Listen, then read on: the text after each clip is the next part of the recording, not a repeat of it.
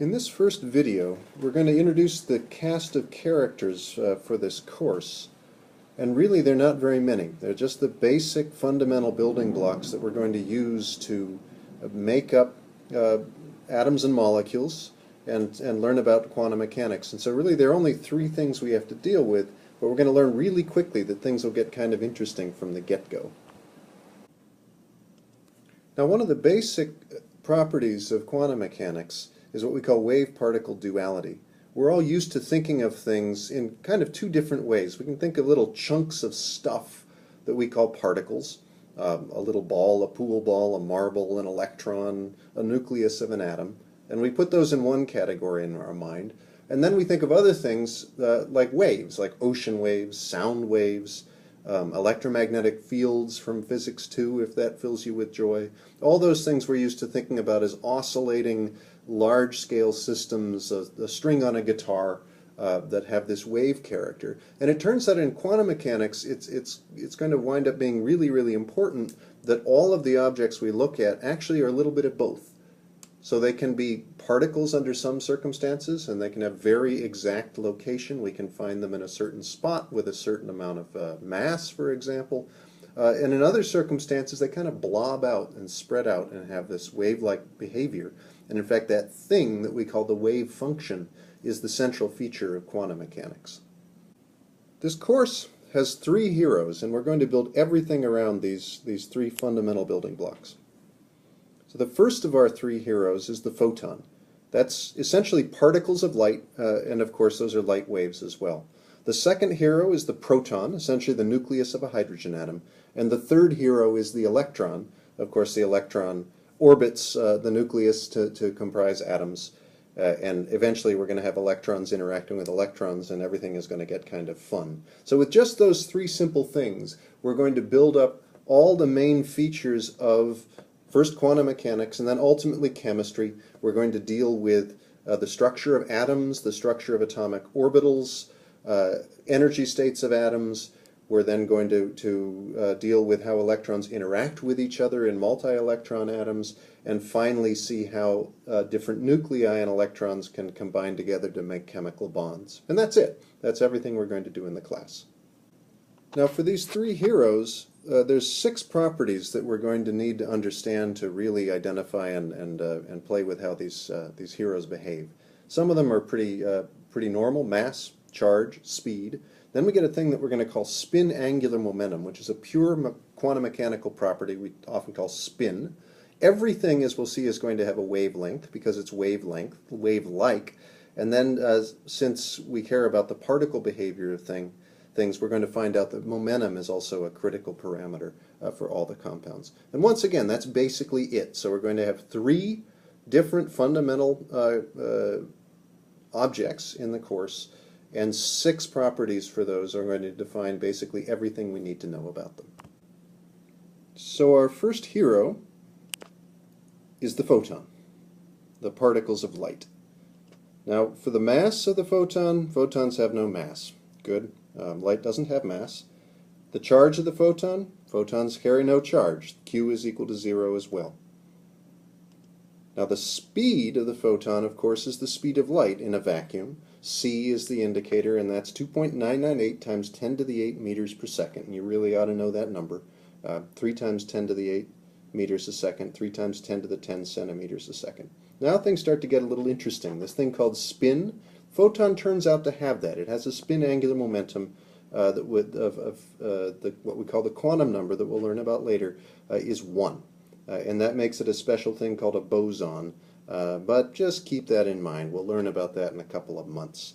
Next, the photon, of course, has a wavelength. Light has a wavelength, and it can have any wavelength. For light, that defines its color. That's a fundamental defining characteristic of different photons.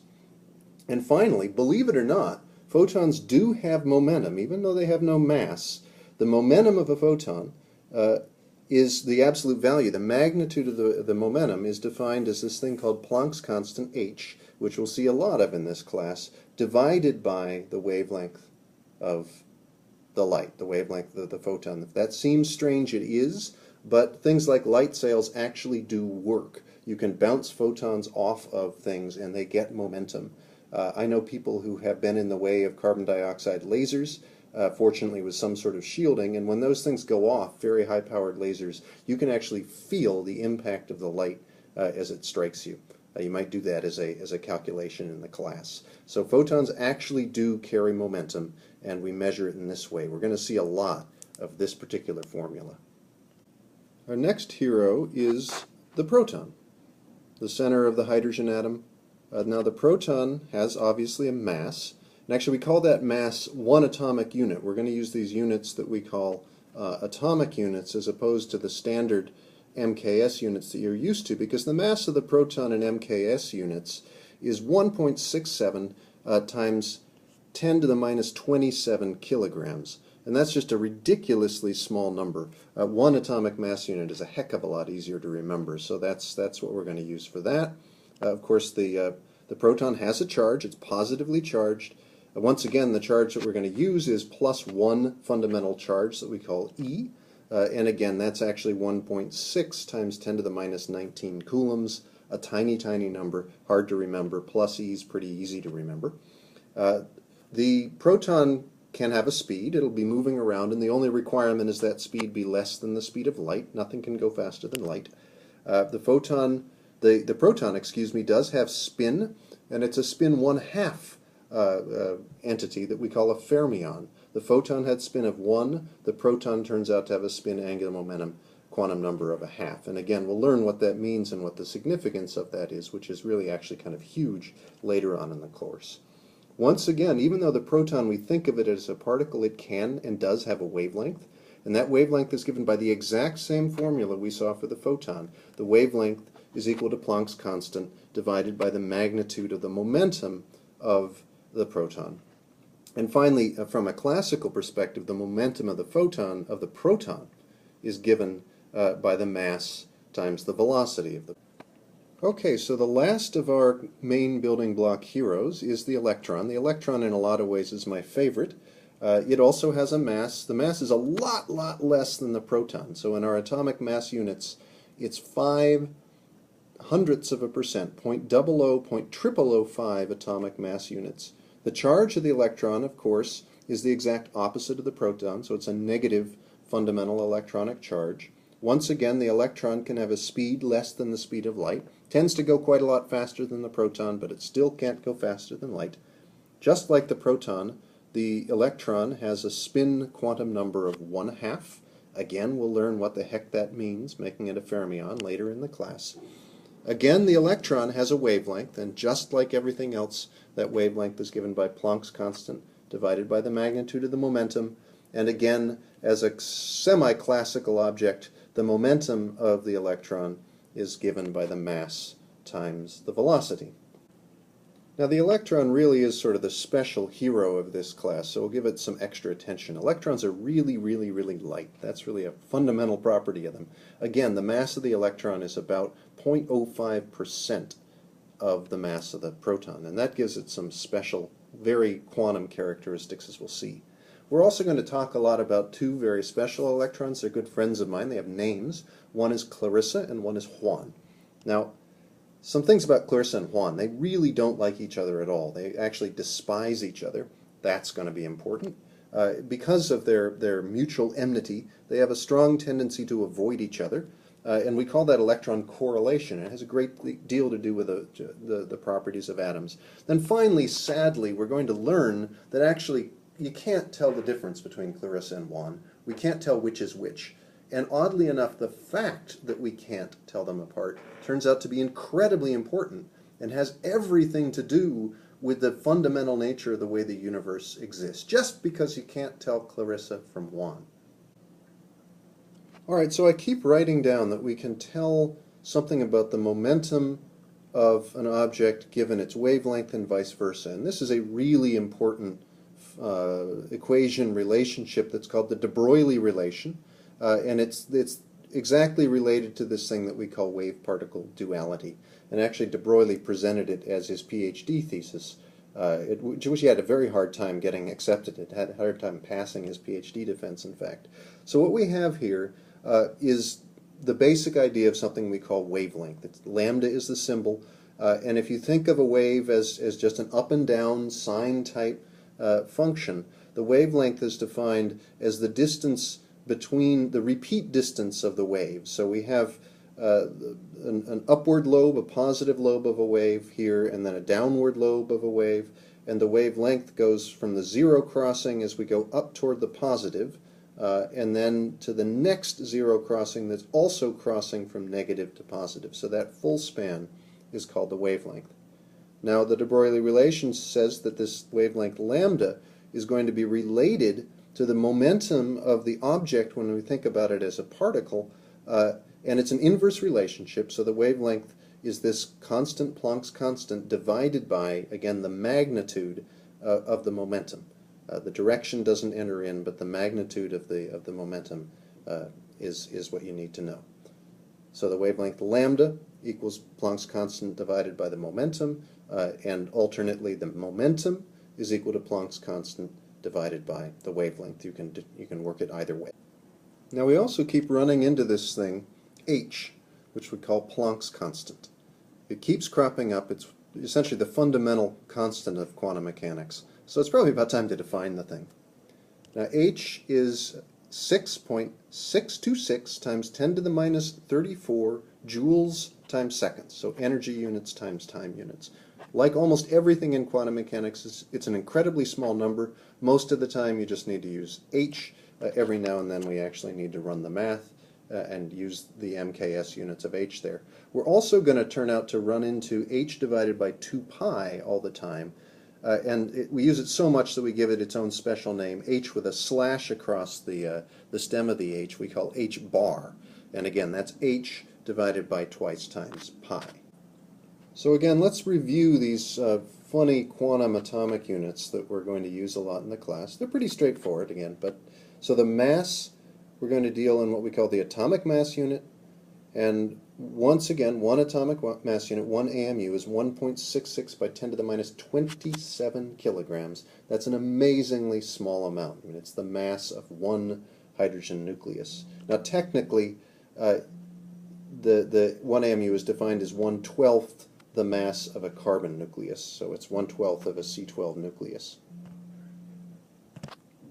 The next thing we care about is the charge that we keep repeating, and once again, the elementary charge is E.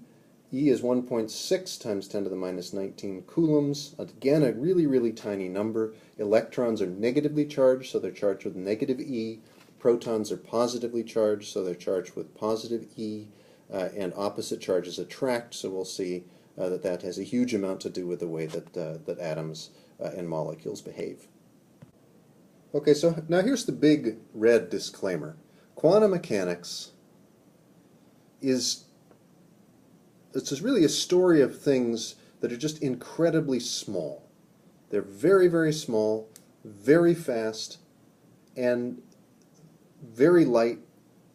They have really nothing to do with your own personal experience. No observation of hockey pucks or things on a swing or anything from your fundamental intuition is going to have anything to do with the way that quantum objects behave.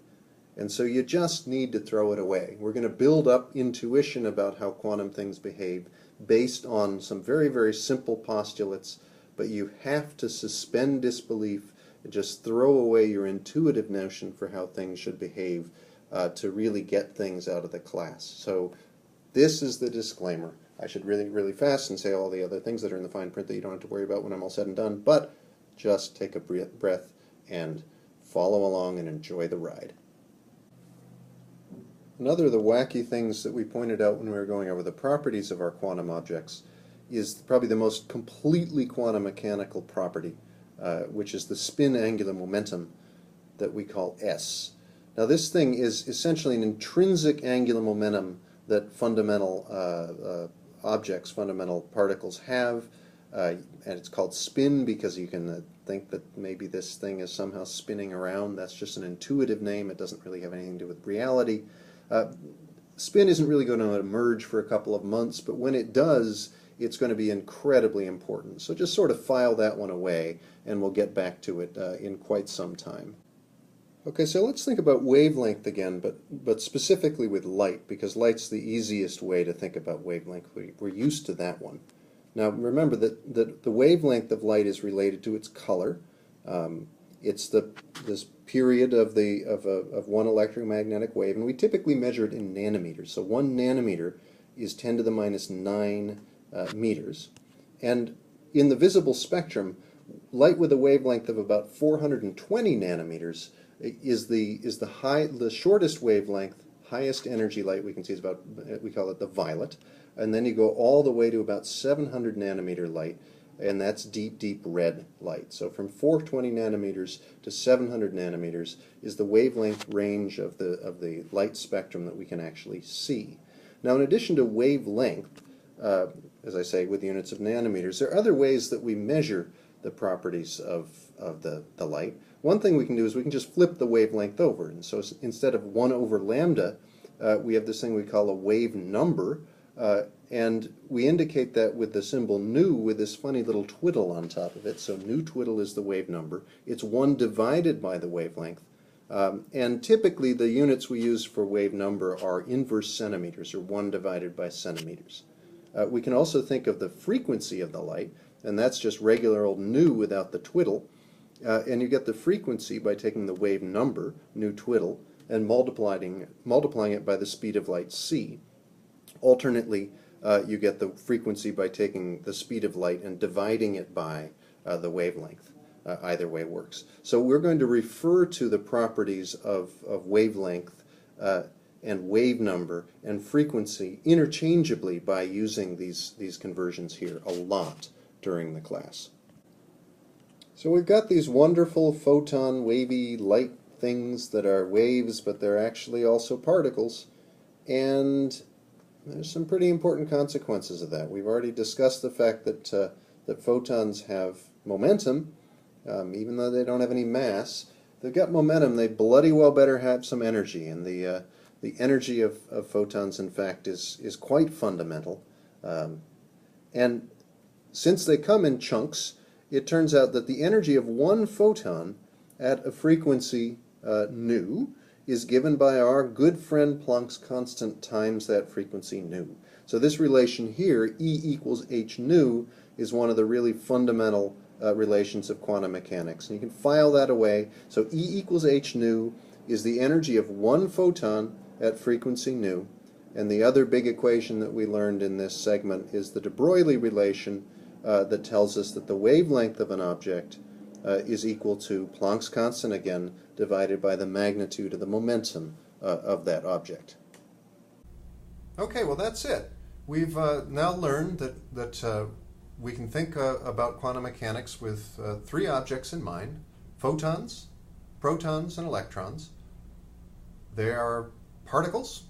Even photons are particles, but they're also waves. And there's this relationship called the de Broglie relation that gives the wavelength of these waves by this thing called Planck's constant divided by the magnitude of the momentum of the object. Also that for photons, we can get the energy of the photon by taking that same Planck's constant and multiplying it by the frequency of the photon, or Planck's constant times the speed of light divided by the wavelength again of the photon gives us the energy of the photon. And for starters, that's all we need to know. We're dealing with tiny, tiny things with masses around an atomic mass unit or much less. They move really fast at the speed of light, or often some fraction of the speed of light.